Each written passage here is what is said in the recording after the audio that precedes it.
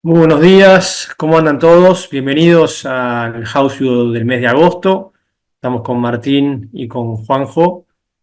Vamos a estar repasando, como hacemos habitualmente, la evolución de las variables más macro y conversando respecto a las variables económicas y financieras y cuál es lo que está esperando el mercado, ¿no? Estamos siempre ahora mirando muy de cerca la posibilidad de levantamiento del cepo y eso nos preocupa de cómo van a evolucionar las distintas variables. Así que nada, hola Martín, hola Jota, ¿cómo andan?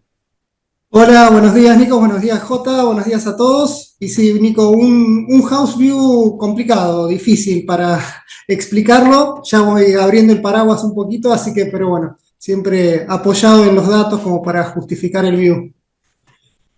Bueno, buen día Nico, Martín, audiencia.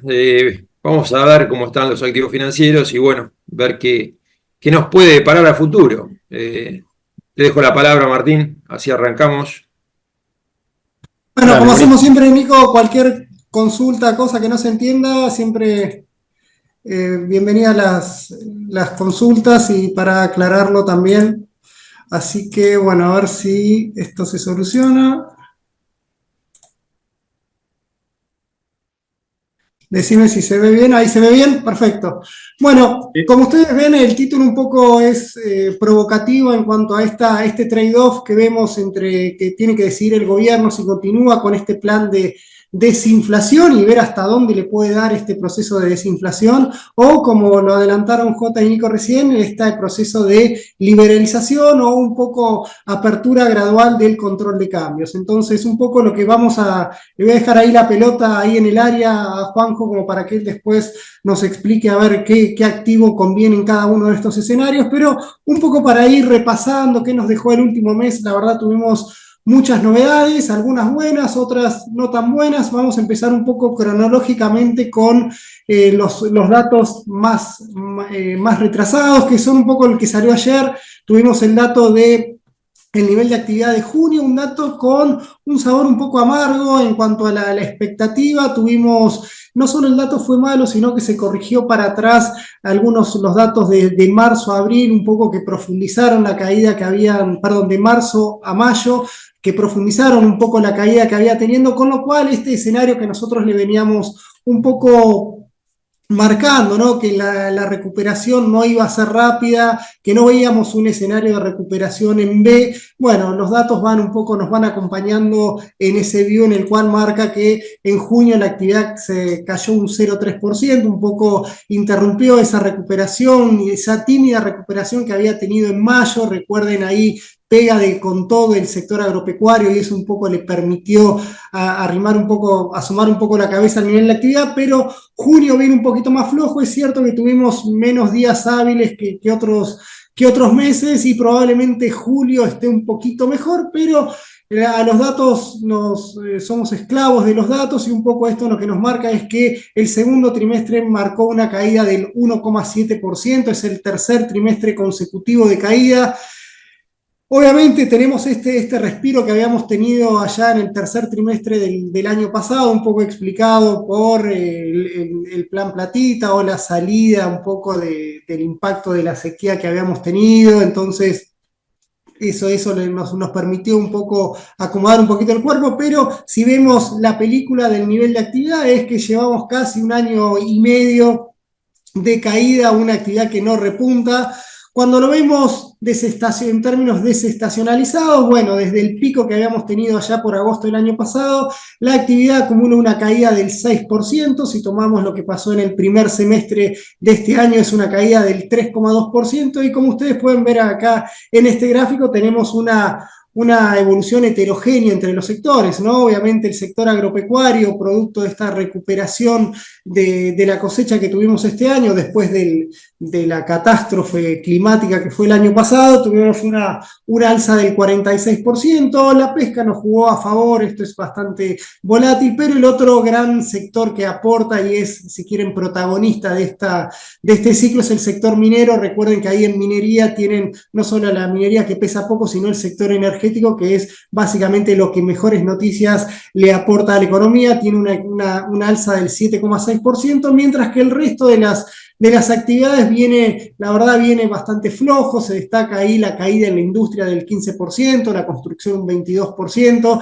aunque en el margen esta última tuvo cierta recuperación. Lo cierto es que la actividad sigue muy floja, el comercio sigue muy flojo, y eso es lo que nos hace que esa recuperación, esa ansiada recuperación se demore. Nosotros creemos que se alcanzó un piso del nivel de actividad, es decir, si tenemos que jugar con las letras, no creemos que vayamos aún ahí, pero sí esta recuperación va a ser como se esperaba y como fue siempre. Acá no hay novedades en cuanto a lo que fue la historia argentina, no están dadas las condiciones para que esto sea una recuperación en B, sobre todo si el contexto internacional nos sigue un poco tirando para atrás, ¿no? Hablo de esto porque cuando tuvimos esa recuperación rápida en 2022, obviamente que ahí nos ayudó bastante el mundo. En este caso, todo lo contrario, nos está tirando un poquito para atrás. Pero a la luz de lo que venimos marcando, no, esto no nos cambia nada, simplemente ese sabor de decir, bueno, todavía la recuperación se hace esperar y vamos a tener que seguir viendo que un tercer trimestre un poquito más amarrete en materia de crecimiento, y probablemente las expectativas para este 2024 marquen que la actividad va a caer más cerca de un 4 que de un 3,5 que están diciendo el consenso de mercados, al menos lo que nos está dando a nosotros. Obviamente, insisto, acá hay comportamientos heterogéneos entre, por un lado, lo que es el campo y el sector energético contra la industria y la construcción del otro lado del mostrador. Por otro lado, vamos acá más al título, algo que vamos a empezar con un poco las buenas noticias que tuvimos en el último mes, con algunas particularidades, ¿no? En principio vamos a festejar el dato de esta inflación del 4% que marcó julio. Como ustedes pueden ver acá en el gráfico, esto muestra esta importante desaceleración que está teniendo la evolución de precios. Fíjense, después del salto de evaluación del 25% allá por diciembre del año pasado, ya volvemos a una especie de inflación crucero. Acá lo recuerdo acá porque, bueno, también está como este amesetamiento en la caída, en la desaceleración de la inflación, ¿no? Veníamos con el gobierno un poco, venía marcando una expectativa de que esto iba a estar por debajo del 4%, bueno, dio más cerca, bueno, la ciudad de Buenos Aires le había dado un poquito del 5%, nos ensució un poco la cancha ahí, pero si uno tiene que abrir el espectro y ser así cuál es la tendencia de la inflación, podemos decir que la inflación bajó mucho, pero todavía le cuesta llegar a titularlo como el derrumbe de los últimos meses. Vemos cierta estabilidad en la evolución de los precios, probablemente agosto de un poquito por debajo del 4%, vamos a ver cómo termina, pero acá cuando lo vemos en términos más la película, ahí vemos ese 263% de aumento de precios en los últimos 12 meses, con un comportamiento bastante heterogéneo entre los diferentes capítulos, ¿no? Recuerden que para más o menos estar un poco seguros hacia dónde va la inflación, uno lo que tendería a ver es que más o menos todos los precios se mueven a la misma velocidad. Bueno, acá todavía estamos en este agite en cuanto a la recomposición de precios relativos, ¿no? Acá lo destacado, acá si quieren, esta desaceleración es cómo nos está jugando a favor la caída o la estabilización de los precios de los alimentos. No es un dato menor, dado que esto nos incide mucho en los indicadores sociales y de pobreza particularmente. Y por otro lado tenemos todos los servicios regulados, todo acá, electricidad, luz, agua, comunicaciones, transporte, todas esas cosas que mes a mes vemos cómo van ajustando. Bueno, todavía esos son los grandes impulsores, o por lo menos lo que le ponen un piso más alto a la evolución de los precios. Cuando vemos el margen, ahí le mostré un poco los 7 meses del año. Cuando vemos por qué se amesetó, acá también vemos ciertas particularidades, o por lo menos cosas que nos preocupan, o por lo menos que no nos envalentonan para decir que la inflación se va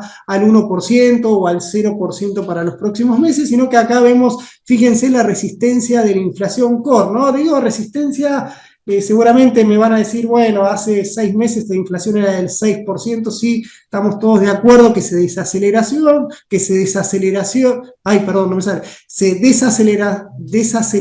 ahí está, la evolución de los precios, pero en el margen muestra este amesetamiento, esta resistencia que tiene para seguir cayendo. Como ustedes pueden ver acá, es un 3,8%, repitió incluso con una leve aceleración en julio respecto a junio.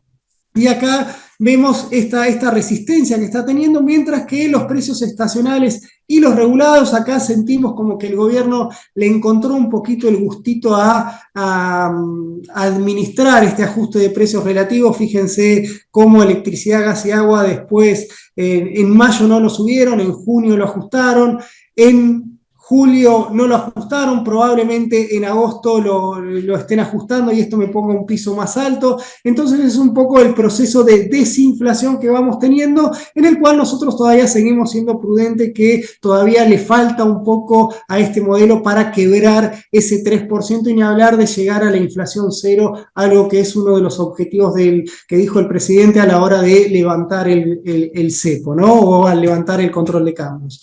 Por otro lado, también somos conscientes de que más allá de todos estos ajustes que se hicieron este año, como por ejemplo los de precios de servicios públicos, como han subido casi 100 puntos más de lo que subió la inflación, ¿no? Fíjense, 263 contra 367 que subió electricidad, gas y agua. Todavía el proceso de ajuste de precios relativos todavía tiene tela para cortar, le falta todavía al gobierno seguir acomodando esto, y mientras esta relación le siga faltando, le va a poner un piso, en tanto que el gobierno quiera sanear la economía, ¿no? Se quiera sanear los precios relativos y obviamente ajustar las cuentas públicas a través de los subsidios. Bueno, esto nos pone un piso un poquito más alto a lo que está comentando el mercado en cuanto a la evolución de la inflación para los próximos meses. Por otro lado, después, otra de las buenas noticias que tuvimos, aunque con ciertos peros en el margen, es la política fiscal. La verdad, acá nosotros le damos este chapó al gobierno, un muy bien 10 en materia fiscal. La verdad nos ha sorprendido desde el día 1, a veces fuimos un poquito más escépticos a la hora de ver esa sostenibilidad del ajuste, pero mes a mes el gobierno nos fue mostrando su voluntad o su vocación de ajuste de las cuentas públicas. Tuvimos ahí algo, lo que antes era lo general, hoy pasó a ser lo particular, que era, bueno, tuvimos el primer mes en déficit fiscal en el año. Acá no nos alcanzó este superávit primario tan fuerte que tuvimos para aumentar para pagar los intereses que están por arriba de la línea. Recuerden que tenemos ahí algunos muertitos en el caso de los intereses que van bajo la línea, pero una mirada un poquito más superficial de las cuentas públicas le damos este beneficio, o por lo menos destacamos esta fortaleza en la política económica, que es de un importantísimo e incluso inesperado ajuste fiscal. Vamos a ver, el partido recién arranca, pero al menos en lo que va de este primer tiempo, las cuentas le dan muy bien, y acá le da muy bien un poco también ajustado con esta combinación que hizo bueno, un poco tuvo que sostener la caída de los ingresos ahora vamos a ver, con un poco el aporte del impuesto país, pero tendríamos que ser bastante, no podemos negar este fuerte ajuste del gasto que tuvimos en lo que va del año. Casi un 30% es lo que ajustó el gasto primario en términos reales. Fíjense, en un 5% cayeron los ingresos. Obviamente estos ingresos están un poquito apoyados por esto que les dije, lo de los impuestos a las exportaciones, y sin dudas el impuesto país, como le aportó, sostuvo esa recaudación. Fíjense que si sacamos estos componentes, la recaudación cae al 15% real, y un poco que le compensa un poquito esta mejora en el gasto público, mejora, o por lo menos esta reducción en el gasto público, en el cual tiene dos componentes. A todos le fue bastante, fue duro para todos el gobierno en este sentido, aunque cuando vemos el porcentaje de caída, obviamente se destaca la transferencia discrecionales a provincias y este gasto de capital, algo que probablemente el año que viene esto debería moderar el ritmo de caída, no lo sabemos, pero sí es cierto que en lo que va del año el gobierno no se hizo eco de la fragilidad política que le podría generar este cambio o este recorte de fondos a las provincias y a la obra pública. También es cierto que acá esto cobra relevancia hoy en día por lo que se está negociando en la Cámara de Senadores, que se va a tratar hoy, que es un poco el ajuste en las jubilaciones. Acá el gobierno, entre licuación y cambio de fórmula, bueno, aprovechó todo ese impulso para ir, digamos, ajustando el gasto en jubilaciones, y esto es dado la incidencia que tiene, fue un protagonista principal en esta mejora de las cuentas públicas, que como ustedes pueden ver acá, y como también el gobierno destaca mes a mes, como es un cambio casi, no sé si cultural, pero sí un cambio rotundo de cómo venía siendo la política fiscal en los últimos años, en los cuales desde el 2008 a la fecha no se lograba superávit primario y financiero en el primer semestre del año. Así que por ese lado las noticias siguen siendo buenas. Hablamos del impuesto país porque estamos en vísperas de reducción de la alícuota del 17 al 7,5%, algo que prometió el ministro Caputo y seguramente se dé a partir de septiembre. Entonces un poco tenemos que empezar a evaluar cuál es el impacto, a ver cuán importante es ese impuesto a la hora de analizar las cuentas públicas, y obviamente acá no es menor el dato, ¿no? Fíjense que el impuesto país en los primeros 7 meses del año le aportó 0,8 puntos del PBI sobre un superávit primario de 1,5. Es decir, si exageramos un poco con el punto, decimos que la mitad del superávit primario, si bien el dinero es fungible, todos lo saben, podemos decir que la mitad del superávit primario se le dio el impuesto país, y de no haber sido por el impuesto país, el gobierno no hubiese logrado superávit financiero, ¿no? Hubiese tenido un déficit de 0,4 puntos del producto. Cuando lo vemos mes a mes, ¿cuál es el termómetro que nosotros tenemos que ver de esta recaudación? Bueno, son más o menos entre 700 y 800 millones de dólares por mes. Es decir, la verdad que ahí el gobierno está mostrando alguna carta que quizás nosotros no estamos viendo, porque va a ser un recorte importante en la que va a tener la recaudación, y obviamente lo obliga al gobierno a tener que esa disciplina que estaba mostrando en cuanto al gasto se mantengan. Recuerden algo que nosotros siempre le mostramos, estos ejercicios que hacemos, cuánto tiene que dar la diferencia entre ingresos y gastos para que el gobierno cumpla la meta fiscal, y bueno, teníamos ese número mágico de 17 puntos. Bueno, si la recaudación empieza a bajar, bueno, el gobierno va a tener que buscar cuál es el mecanismo de sostener esa recaudación para mantener ese 17%, o bien continuar con el fuerte ajuste del gasto, en el cual las alternativas que les queda es seguir frenando la obra pública y las transferencias a las provincias, o bien reducir los subsidios a las empresas, ¿no? Algo que me parece que está dentro del menú de opciones, pero bueno, vamos a ver hasta dónde llega ese ajuste previsto. Otra de las cosas que tuvimos en el último mes fue que no tuvimos, si quieren, recuerden, en la fase 2, nosotros el House View pasado habíamos hablado de la fase 2 del programa monetario, en el cual es aquella famosa conferencia de prensa que hizo el ministro, un poco alertando, o por lo menos mostrándonos que ellos estaban dispuestos a vender los dólares que habían comprado entre abril y julio, y después un poco fueron dibujando, o por lo menos fue un poco difuso el mensaje, a ver qué es lo que querían hacer con los agregados monetarios. Obviamente nos pusieron como de título, la base monetaria amplia, que era básicamente sumar a la base monetaria los pasivos monetarios remunerados. Como esos pasivos monetarios remunerados se eliminaron, y en buena medida, la verdad eso es una buena noticia. Bueno, recuerden que esto se pasó a las LEFIs. Por lo tanto, esos intereses los paga el Tesoro, pero siguen estando. Mientras tanto, la base monetaria siguió subiendo. Subió un 8,4 billones de pesos en lo que va en este periodo. Por lo tanto, acá no vemos ese cambio en la política monetaria que el gobierno quiera dejar de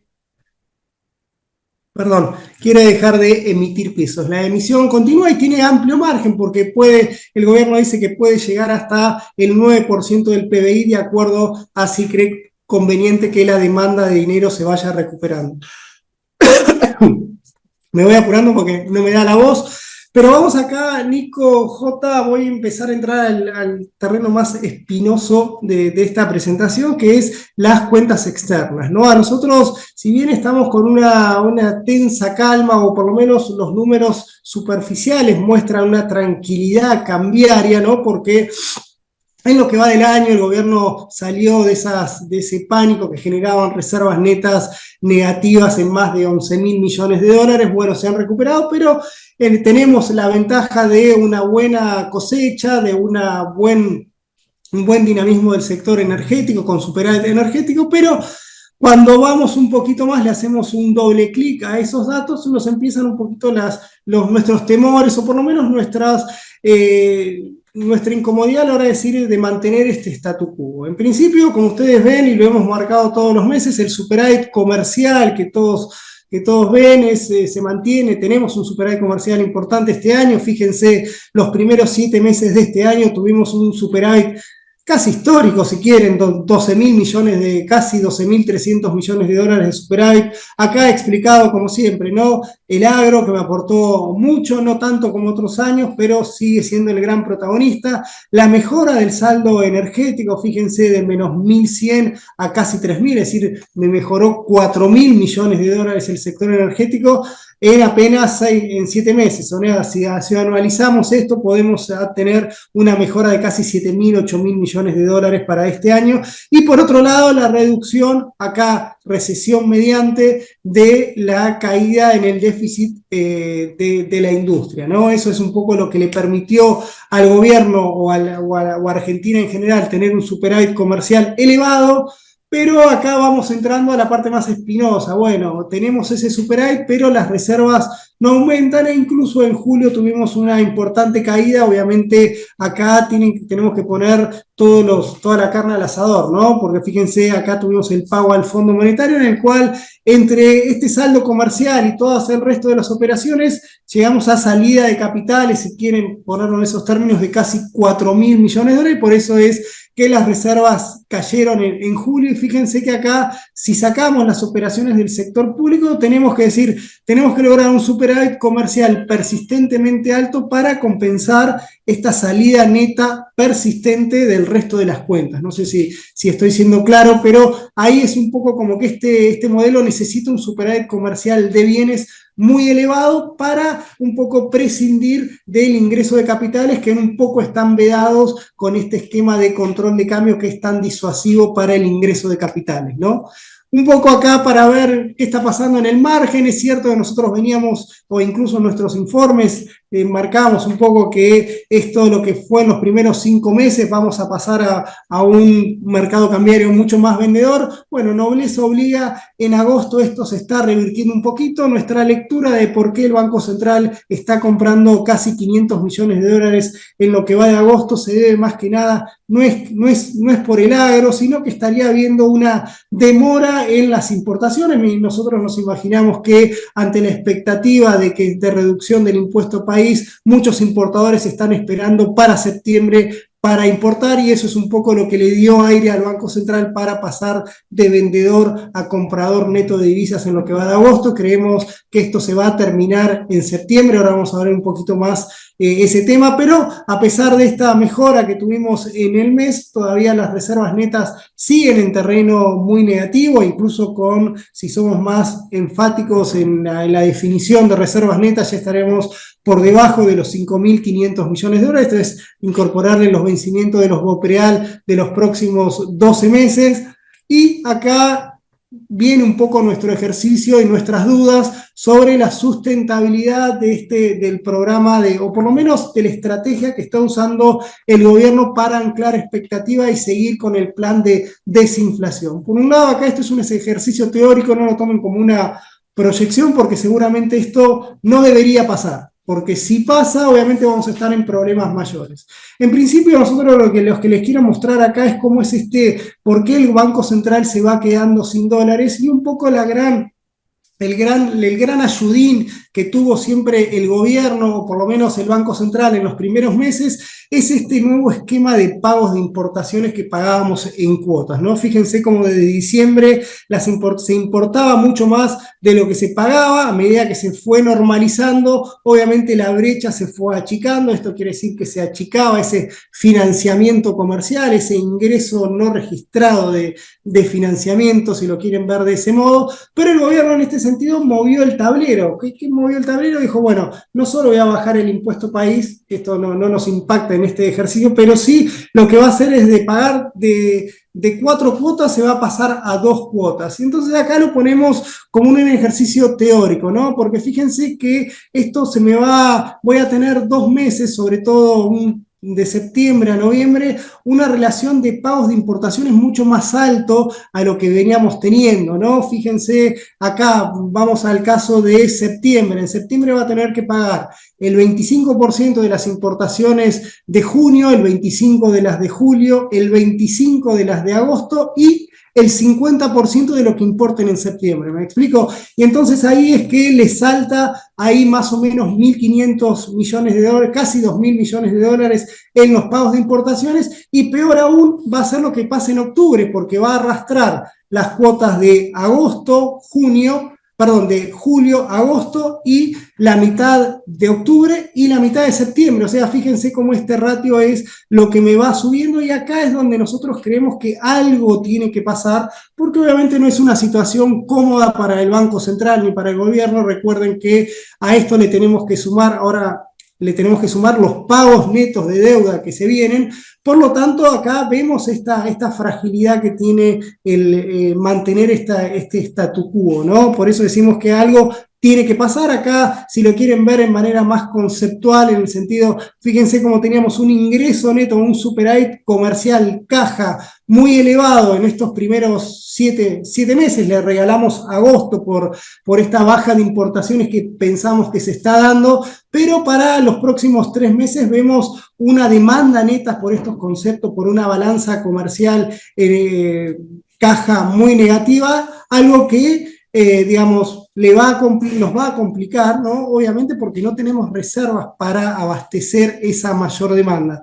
Entonces, el punto a esto, bueno, si quieren le agregamos algo más, algo que nos gusta ver, pero sí es cierto, es que en el último año, tanto el tipo de cambio real o la competitividad como el precio de nuestras materias primas, ambos cayeron más de un 20%, por lo cual acá la presión, o sea, se los digo de otra manera, conseguir dólares por la vía de la cuenta corriente es cada vez más difícil. Por eso acá se la voy dejando la parte más difícil a Jota para decir, bueno, evidentemente Argentina no puede estar en esta coyuntura en el cual le falten 10.000, 12.000 millones de dólares de acá a fin de año, y acá se abren qué opciones puede tener el gobierno para o liberalizar el mercado cambiario, en el cual esto obviamente nosotros creemos que liberalizar el mercado cambiario implica un salto del tipo de cambio, pongámosle 30, 40%, va a tener el beneficio que eso le va a bajar la brecha, seguramente es parte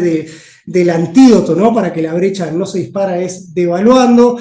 Creemos que esto le va a generar ese proceso de desinflación, se interrumpiría. No somos trágicos tampoco con esto, no creemos que este sea el fin, ¿no? Si el gobierno ajusta el tipo de cambio, en algún momento lo va a tener que hacer, va a tener que cierto repunte del nivel de precios, que una inflación que viene navegando al 3,5, 4%, va a tener un saltito, poner al 10, 12% un mes, ahí vamos a ver, depende un poco de cuánto sea esa magnitud. Y para los bonos soberanos creemos que va a ser una buena noticia, básicamente por qué pasaría del otro lado, qué pasaría si el gobierno decide mantener este cambio. Bueno, acá algo que les pasé era, bueno, acá hay otro protagonista que se me pasó, perdónenme, que no comenté, que es el dólar blend. El dólar blend fue un gran costo que está asumiendo el gobierno a la hora de contener la brecha cambiaria, porque fíjense que acá vemos en 7 meses o en 8 meses de diciembre a julio, el gobierno dejó de recaudar o el Banco Central dejó de comprar en el mercado oficial 10.000 millones de dólares, y es algo que, la verdad, pónganlo esto en el ceteris paribus, lo ponemos en las reservas, hoy estaríamos hablando de reservas netas positivas en 5.000 millones de dólares más o menos, y con esto lo pongo más o menos porque acá el gobierno tiene una carta para jugar si es que le tiene ese miedo a este ajuste del tipo de cambio, que es, bueno, estos 1.000 millones de dólares, 1.500, 2.000 millones de dólares que no entran por mes, bueno, eliminarlo y que entren por el mercado cambiario. Obviamente eso es una mala noticia para la brecha cambiaria, ¿no? Porque se queda sin una fuente de ingreso de dólares ahí que van a abastecer esa demanda que canaliza a través de los dólares financieros. Que aumente la brecha también va a generar una presión sobre los precios, y también va a ser una mala noticia para los bonos soberanos en esta especie de aguante. Entonces, eso es un poco lo que les quería mostrar, Nico, J, y al público en general, como para ver cuál es nuestro view y por qué somos un poquito que creemos que la oportunidad para el gobierno dentro de del mapa de riesgos que tiene para elegir, creemos que sería octubre, sería la medida más, si quieren, la mejor excusa, ¿no? Como para hacerle ese service a la política cambiaria. Pero bueno, es discutible, así que bueno, lo dejo también a las preguntas y bueno, al debate entre todos. Gracias, Martíncho. Sí, la verdad que es una incógnita. El gobierno tiene la oportunidad, digamos, de acomodar un poco los melones en el camión y que no se le terminen cayendo.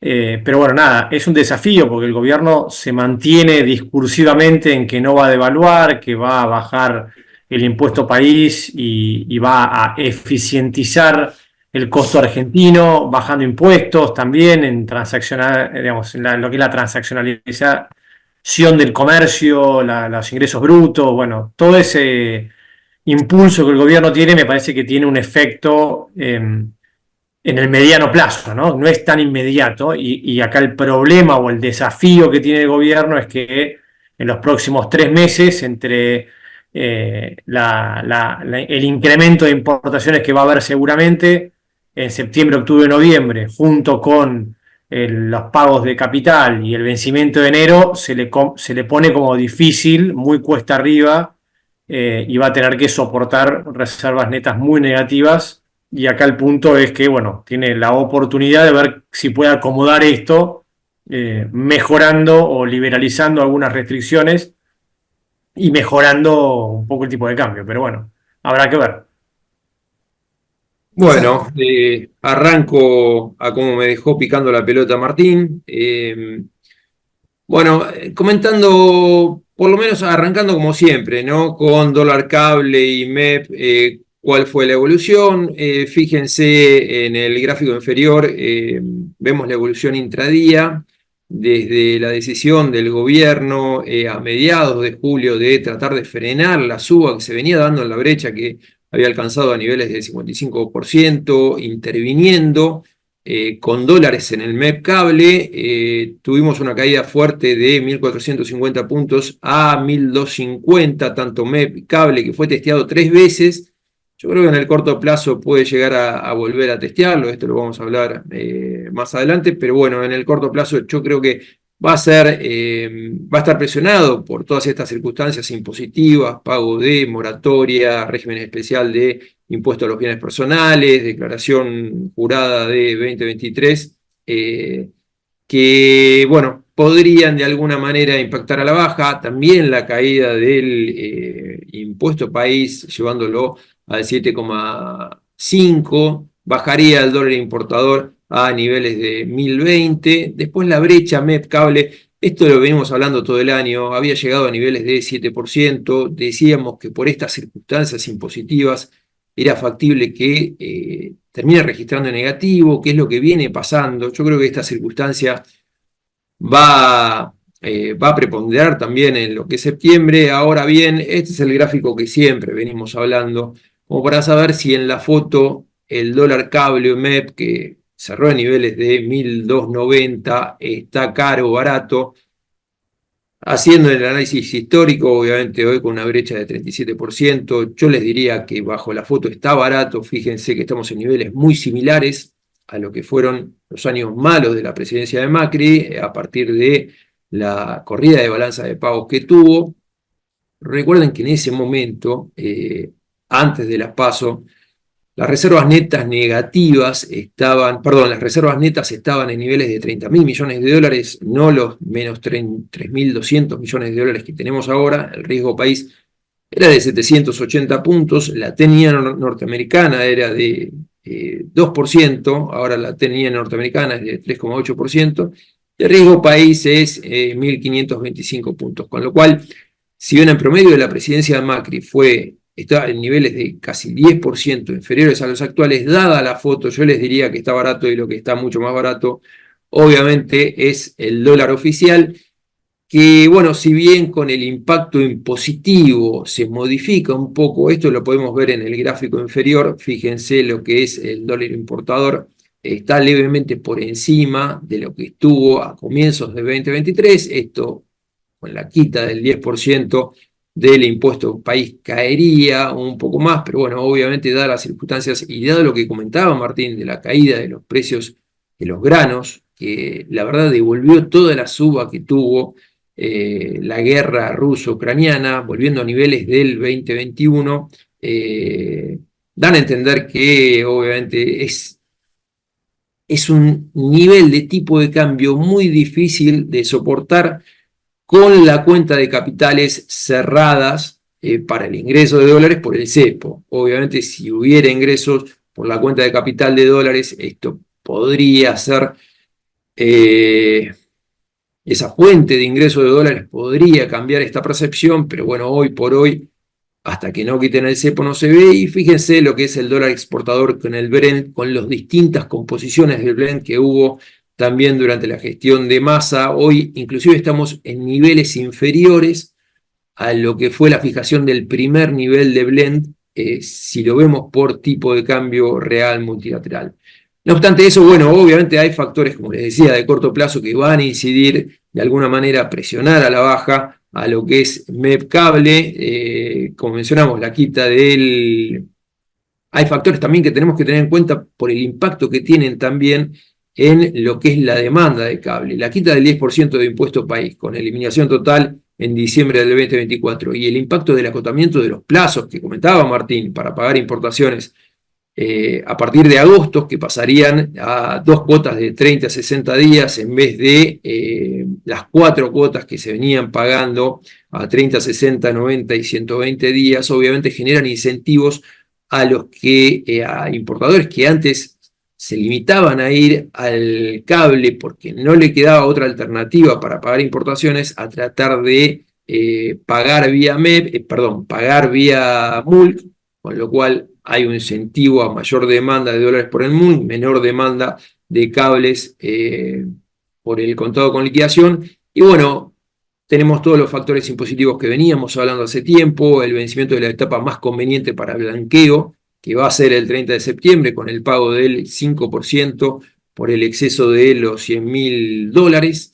Después, bueno, obviamente la alícuota sube si uno exterioriza en octubre y diciembre de 2024 a 10%, llevándola al 15% para el primer Q de 2025. Está el impacto de la moratoria con la condonación de intereses.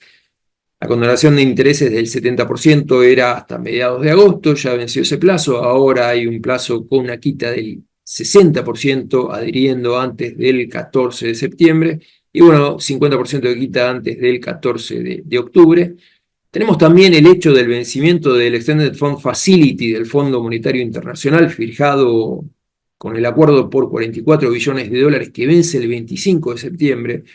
Vamos a ver qué sale de esa negociación, pero bueno, obviamente ya las autoridades del Fondo Monetario dicen que no va a haber nueva plata para que sea gastado en el MULC.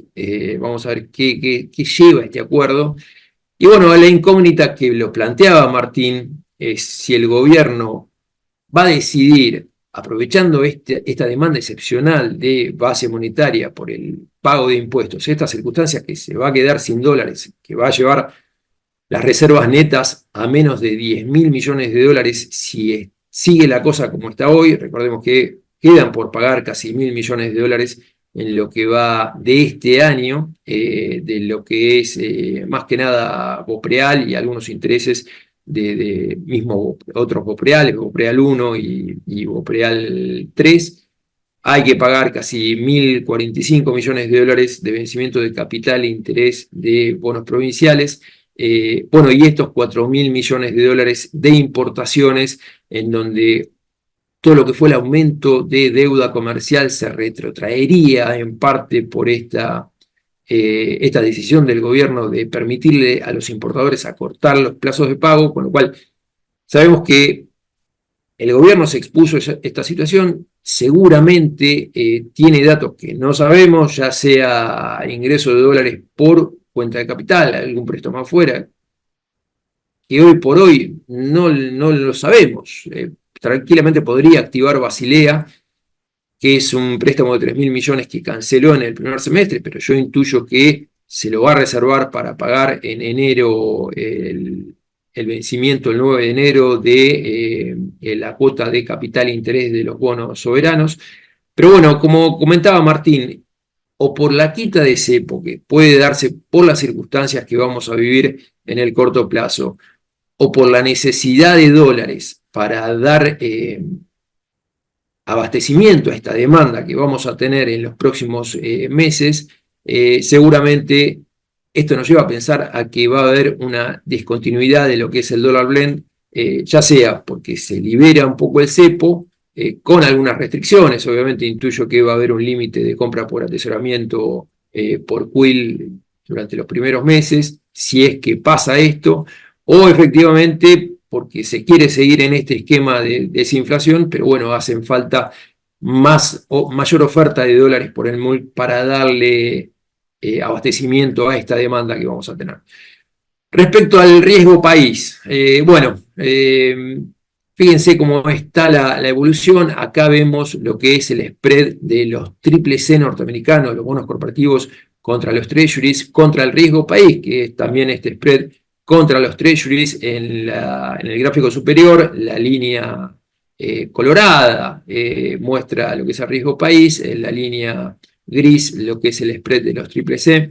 Lo que es el riesgo país, venimos de niveles de 1.100 puntos en abril, en momentos donde la brecha era lo que implicaba el dólar importador, era prácticamente 17,5%, se compraba, como mostró Martín, más de 2.500 millones de dólares MEP, tanto abril-mayo, después empezaron a vender tanto en junio como julio, leves ventas, pero bueno, ahora volvemos a comprar. Hoy está el riesgo país en niveles de 1.525 puntos. En la época de Macri, el spread al que deberíamos tratar de tender en condiciones, si se siguen normalizando las condiciones de la economía argentina, el spread contra los triple C debería comprimir a cero en niveles en los que estuvo en la época de Macri. No es fácil ver esta compresión que hoy por hoy son de 671 puntos básicos en el corto plazo, pero bueno, es por calificación de riesgo un nivel lógico que tendríamos que comprimir, con lo cual el riesgo país debería ser casi 900 puntos básicos en estas circunstancias. Vamos a ver si se da, no lo creo en el corto plazo. Sí, lo que les quería mostrar es, dentro de toda la evolución que hubo desde estas circunstancias, en donde el riesgo país había tocado 1.150 puntos, después se fue a casi 1.700, ahora está en 1.525, lo que fueron los movimientos de los precios de los bonos. Arriba tenemos la evolución de los precios de los bonos ley extranjera, que fíjense, más allá de la suba que hubo en lo que es el riesgo país en los últimos meses, el devengamiento es tan alto, porque la TIRES es tan alta, que permite que esta suba de los riesgos sea canalizada vía una lateralización de precios más que nada. En el corto de los últimos 2 meses es verdad que en el performance relativo lo que es tramo largo estuvo mejor, rindiendo mejor que lo que es tramo corto. Ahí lo pueden ver con la evolución del precio, son precios clean del GD30 y el GD35 en el gráfico inferior que está a la derecha. Y bueno, lo que es notable por el pago que hubo tanto a los productores de gas como a los generadores eléctricos del AE38, por lo que eran pagos de contrato de diciembre y enero, diciembre de 23 de enero de 2024, cómo se amplió el spread con el GD38, está a niveles del 7%. Acá vemos la tabla. ¿Qué quiero comentarle yo? Yo creo que me parece muy interesante al nivel que están cotizando algunos bopreales, teniendo en cuenta que puede llegar a ser uno de los factores de demanda a los que quieran ir gente que acceda al blanqueo sin tener que pagar los impuestos, manteniendo activos financieros en un año, estas cuentas ceras. Fíjense, lo que es interesante es el Bopreal D7, que es el Bopreal 1, el más largo, el que no tiene posibilidad de conversión.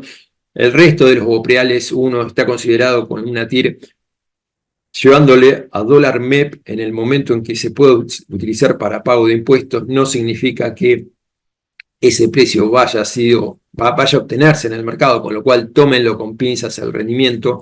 Pero bueno, yendo a este nivel, yendo a lo que le querías comentar del BPOD7, hoy por hoy la paridad es del 69%, dado que cotiza $71.20 y tiene interés acumulado de $3.19, va a pagar a fin de octubre, $4.11. Y esta paridad de 69% la tenemos que comparar con el GD30, que es el bono dentro de todo del Tesoro, con una duration bastante similar, tiene 1.90 contra 2.15, y el GD30 está con una paridad de 0.54, con lo cual estos 15 puntos de paridad por carácter me parece que es un nivel interesante. Bueno, fíjense lo que son los spreads legislativos.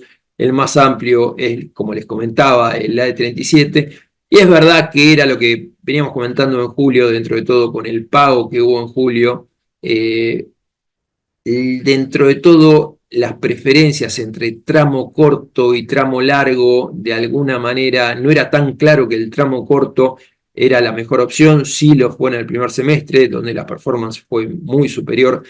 Es verdad que a mí me gusta más el tramo corto, pero fíjense, ante el escenario que creemos que si el gobierno sigue desarmando en este campo minado que heredó, los problemas que viene teniendo la economía para lograr que se reactive, lo más lógico es que veamos un aplanamiento en la curva, más que un descenso generalizado de la curva. Y en este aplanamiento de la curva, los rendimientos posibles, viendo escenarios con rendimientos entre 18 y 16%, en el mejor de los casos, la ganancia sería bastante similar en lo que es tramo largo y tramo corto. La realidad que el tramo corto, yo creo que el pago de 8.37.5 que va a hacerse en enero, se va a realizar ya sea con préstamos de Basilea o, bueno, vamos a ver qué recurso apela el gobierno, si efectivamente hace el repo. Aplicar los bonos para el repo con estas paridades es medio complicado. Había cables de Bloomberg que mencionaban la posibilidad de que los bancos le exigieran nueva emisión de bopreales. Eso la verdad que no sería bueno. Pero bueno, vamos a ver por dónde lo canalizan. Lo cierto es que el gobierno está moviendo el oro como colateral, obviamente le permitiría acceder a una tasa de interés muy inferior que otros activos. ¿Quién no había mencionado que iba a trasladar los dólares de los intereses, estos 1.230 millones de dólares que hay que pagar el 9 de enero del 2025? No se vio por el Serie C esa transferencia. La verdad que a la situación de las reservas netas no justifica hacer esa transferencia. El pago de capital serían 2.430 millones de dólares. En porcentaje de PBI es muy bajo. Y la certeza dentro de todo de que se cobraría prácticamente el 25% de la inversión que uno está haciendo en L30 o en GD30 me hace mantenerme más tranquilo con tramo corto, pero es verdad que por el niveles de paridad hay mucho interés tanto en el GD41, también por la cobertura que le genera el Inventure 2005, pero bueno, esto es a decepción del tenedor. Hay que mantener, como les digo, un porcentaje limitado en la cartera de lo que es bonos soberanos. Y fíjense lo que son los bopreales, tanto el bopreal 3 BPY26, que está con una paridad superior, está con una paridad de 76%, rindiendo TNA de 22%, como el Bopreal 1D, me parece lo más interesante hoy por hoy. La verdad que yo voy a paridades más bajas en ese caso, pero bueno, son casos interesantes como para tener en cuenta. Y bueno, subsoberanos, la verdad, hablamos siempre de subsoberanos, hablamos muchísimo, vienen teniendo una performance muy buena y la verdad que están con niveles muy competitivos teniendo en cuenta lo que están rindiendo los corporativos. El descenso de corporativos fue muy marcado. En las emisiones anteriores hacíamos énfasis en buenas emisiones rindiendo 2 dígitos. Es imposible conseguir eso en el caso de los corporativos, ahora lo vamos a ver. Pero bueno, subsoberanos ya pasaron la tormenta, están con la tranquilidad de haber pasado lo peor.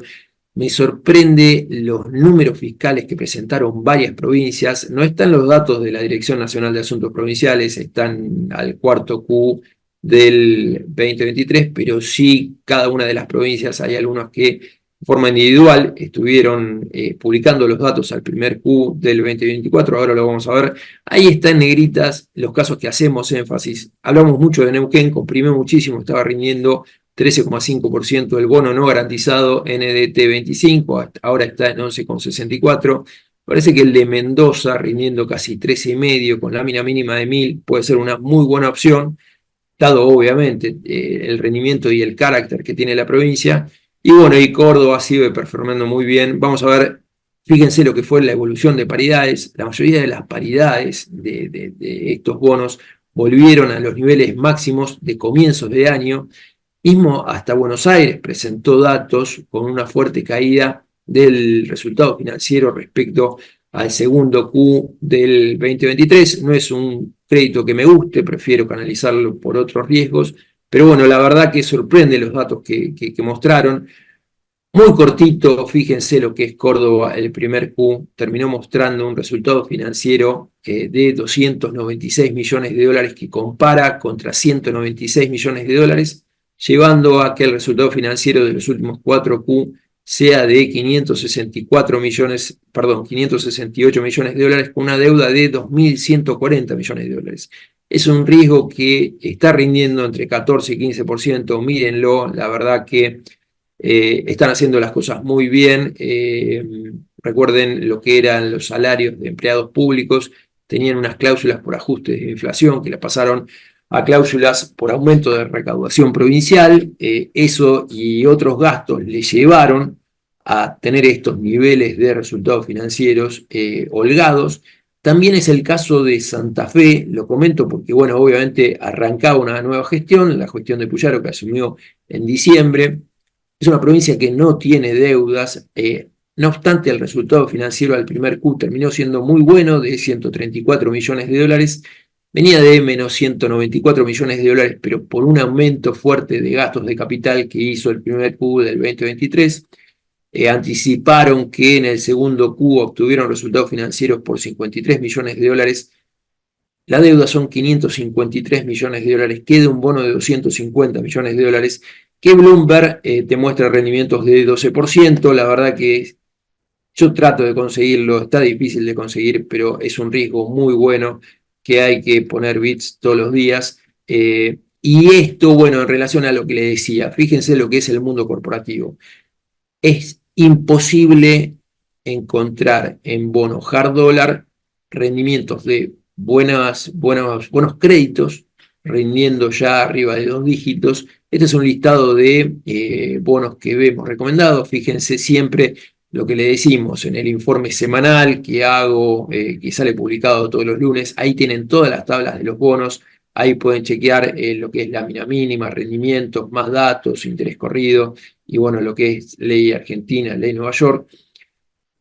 Hay casos interesantes, obviamente el blanqueo va a generar demanda de estos instrumentos para aquellos que no quieran pagar el 5%. Fíjense en estos casos el bono de TGS 2031 recientemente emitido. Es interesante, tiene lámina mínima de 10.000, rinde 8,24%. El de YPF es interesante dentro de todo, teniendo en cuenta los dólares que les ingresaron por la venta de los yacimientos convencionales, más la colocación que habían hecho del IMCUO, dentro de todo bonos cortos como el ICA6O, que vence en junio del año que viene, rinden 8,22%. Ahí había una pregunta respecto a si convenía reinvertir los cupones en BPJ25 en mismo bono. Yo no creo que haya problemas en el cobro, pero a ese riesgo yo les diría, para no tener el riesgo de reinversión, fíjense en alguno de estos bonos. Este YCA6O es una buena alternativa. También el de Telecom TLC 1O 2026 es otra buena alternativa. Y hay algunos, ley argentinas, que es muy complicado conseguir rendimientos arriba del 7%. El volumen es bajo. Ayer los de Loma se venían operando con tires muy altas, entre el 9 y 8%, pero bueno, hay que estar poniendo bits tratando de pescar algún rendimiento interesante. Son bonos de duration corta, con lo cual la variabilidad del 1% en el precio genera un salto en los rendimientos muy alto. Y lo que sí veo atractivo en los bonos corporativos es, ante esta posibilidad que en octubre tengamos cierto levantamiento, convergencia de brecha por levantamiento del cepo, son los bonos corporativos Dollar Link, algo que le venimos mencionando en las últimas emisiones. La verdad que si llegara a haber compresión de brecha del 0% en un ejercicio que hacemos a partir de octubre, no sabemos qué vaya a pasar, pero bueno, fíjense lo que es todo lo que es cobertura. Los sintéticos Dollar Link, la verdad que están en tasas neutras. Prácticamente el rendimiento del ECAP es lo mismo que el rendimiento de las tasas de los futuros. Están caros los dólar link soberanos, obviamente porque tienen paridades altas. Lo que son los duales están cotizando más como si fueran instrumentos SER que otra cosa. Y los dólar link soberanos están con paridades de 108%, con lo cual lleva a que las tires por la duration corta que tengan sean muy negativos.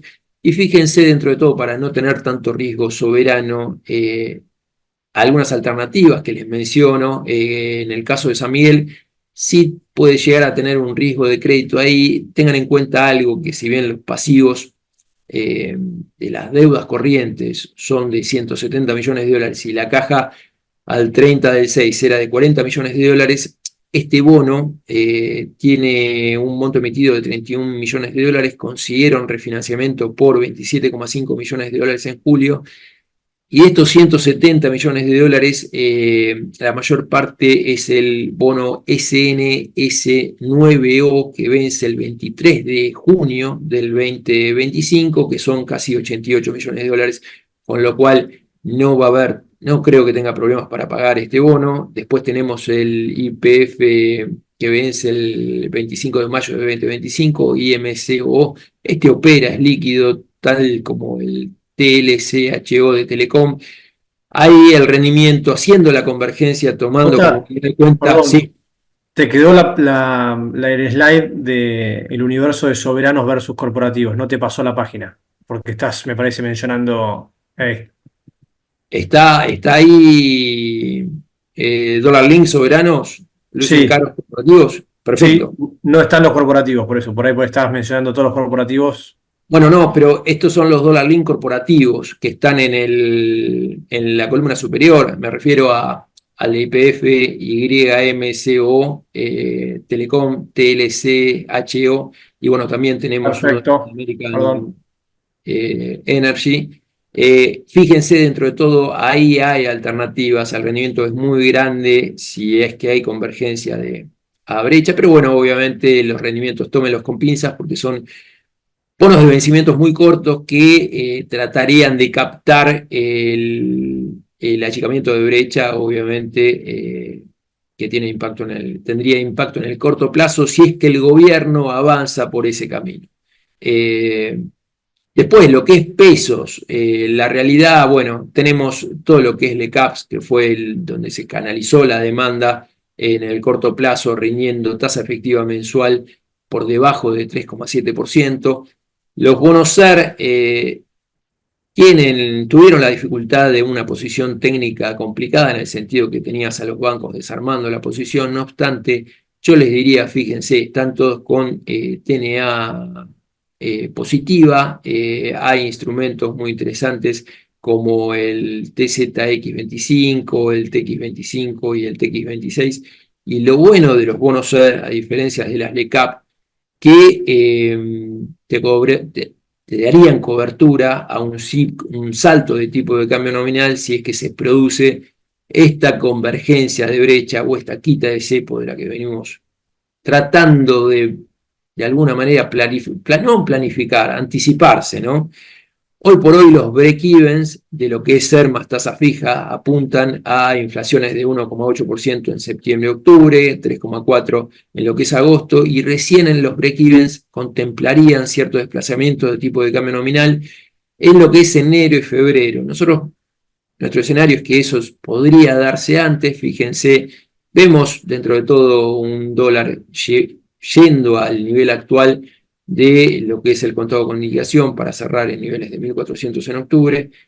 Obviamente no sabemos cómo se vayan a dar, pero es verdad que nos sentimos más cómodos, dado el escenario que proyectaríamos con quita de cepo, con instrumentos SER, que con LECAPs. Es verdad que las LECAPs para el corto plazo, si son pesos que tengo que usar, no tendríamos tanto problema. Y voy a ir rápido porque ya son las 11, lo que es Merval. Estuvimos en el Merval testeando la media móvil de 200 días en el lunes negro a comienzos de agosto. Llegó a $1.075, ahora está en $1.250. Podemos ver en el gráfico superior, obviamente la evolución del cable ayudó, el tipo de cambio real multilateral por cable está casi en mínimos, estuvieron recuperando los bonos soberanos, con lo cual eso juega a favor. No es clara la evolución de lo que vaya a pasar adelante con el Merval. La verdad que siempre decimos, tenemos que ver los casos puntuales que nos gustan, pero para invertir a largo plazo, vemos lo que es la evolución de riesgo país y cable. La verdad que, obviamente se descontinuó muchísimo en los últimos tiempos, contemplando de alguna manera cierta normalización que está en los precios de las acciones y no tanto en los bonos hoy por hoy. Y le quería comentar dos casos, algo que venimos hablando en el primer semestre del 2024, que nos parecía muy interesante, que es el caso de Pampa. La verdad que ahora vamos a ver los números. Sigue siendo interesante, yo les diría, quebró los máximos de prepaso 2019. El resultado que presentó al segundo Q del 2024 mostró una utilidad neta de 100 millones, levemente por debajo de lo que fue el mismo trimestre del año pasado, pero por cuestiones de la línea financiera. Lo que es operativo terminó mostrando una EBITDA de $288 millones contra 245, acumulado termina siendo de los últimos 4 Q 850 millones de dólares, va a ser de casi 900 millones de dólares, muy cortito. Fíjense lo que es el segmento de petróleo y gas, donde la compañía va a estar enfocando su G en los próximos años. Lo que se conoció es que venían hablando de Rincón de Aranda con la posibilidad de llegar a 40.000 barriles día a fin del 2026, lo pasaron a 2027 por riesgos de ejecución de las obras de evacuación del ducto Vaca Muerta Sur de YPF.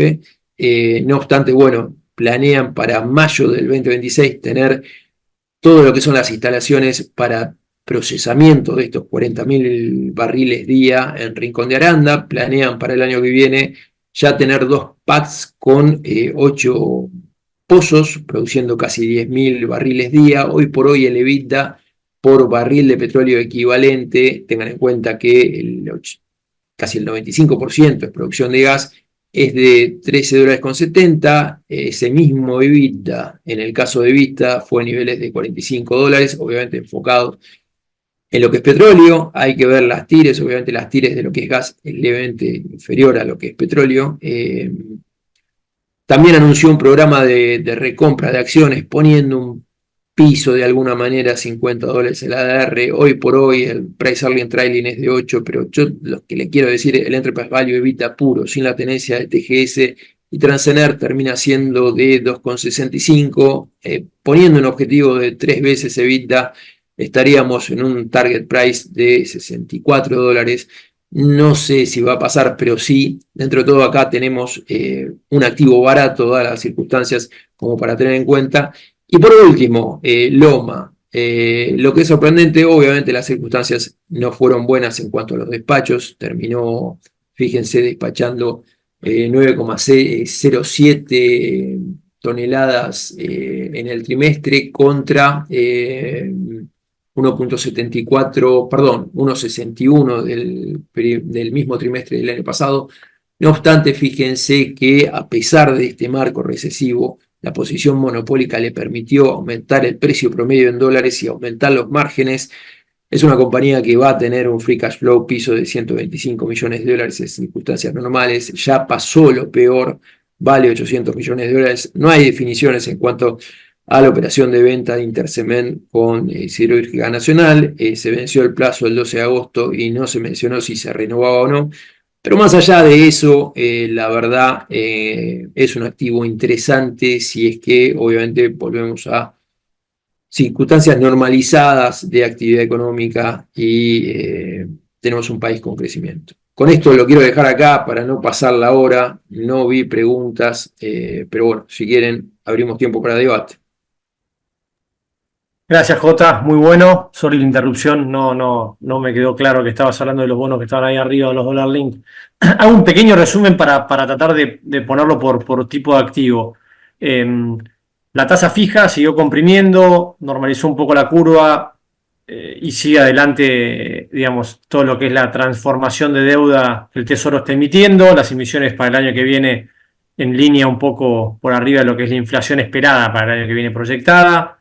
Los bonos 6, los Dollar Link, sujetos a el escenario de un potencial levantamiento del cepo, ¿no? Digamos, si el escenario es que el cepo se levanta último trimestre, primeros meses del año que viene, mirar activos Dollar Link tiene sentido, sobre todo los corporativos que cotizan a tasas positivas o neutras versus los soberanos que están en tasas negativas, o hacer algún tipo de sintético de LECAP con futuros, como explicaste bien.